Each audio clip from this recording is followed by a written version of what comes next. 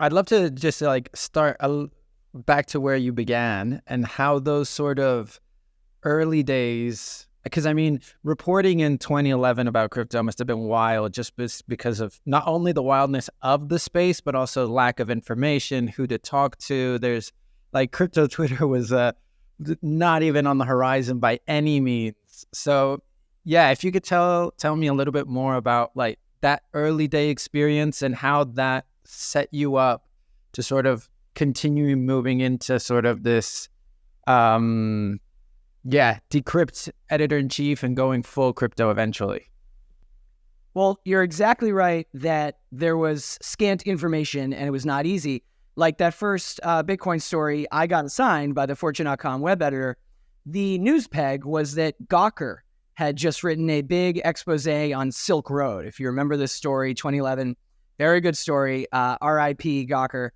And that story resulted in a number of politicians, including actually Chuck Schumer, issuing a public letter to Attorney General Eric Holder, basically saying, we want this Bitcoin thing looked into. This sounds illegal, it's untraceable, which is not quite true, as we know, and we want it shut down. And so I wrote a story, again, it was the first time Fortune or Fortune.com had ever mentioned Bitcoin, that was basically like, what is this Bitcoin thing and why are politicians concerned about it? Of course, I have avoided saying this on podcasts over the last 5 years, but it's fine, like, because as you said, it was hard at the time reporting on this stuff. But the headline they chose was, the clock is ticking on Bitcoin. And, a little bit, now I shudder in revulsion at that headline because it's like, well, no, the clock was not ticking. No, they can't shut it down, as we know.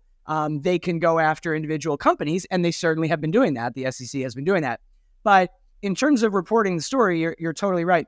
I'll never forget, I went out and around the corner because the Fortune office was in Rockefeller Center and found an actual like Mexican grill type place, like a lunch place that had a sticker in its window that said, we accept Bitcoin as payment.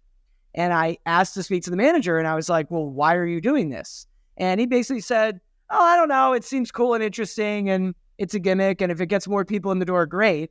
And I don't know, it'd be interesting to track that guy down and find out if he held on to the Bitcoin that came in during that time. But I remember I found someone through the Bitcoin forum. That's probably like the earliest thing that existed in terms of a collection of like-minded people who were really into Bitcoin at the time. And he walked me through, how the wallet works and how blockchain works. And I definitely in that first story still got like a couple of things wrong that he immediately reached out to correct me on. And then we corrected that. But it was not easy at the beginning. And if you look back at that time, there are so many stories in the mainstream media that said things about crypto that were just wrong. And yet, if I'm being a little skeptical and critical, that's still the case to this day. I mean, all the time we see stories at places that, and it's clear what happens. They assign some tech reporter who, God bless them, has not written about crypto before. They don't think crypto is interesting enough or important enough to have someone on the beat full time. So they assign someone who's never written about it, and they basically are telling them, we want a story on this crypto thing. Let's say it's SEC going after Uniswap. And you're asking someone to basically self-educate in the few hours or maybe 24 hours time that they have to get a story up. So they're going to get some stuff wrong. They're going to say things like, it's untraceable, not true, or it's completely anonymous, not true. So it certainly has been really interesting to watch the trajectory of how the media covers crypto.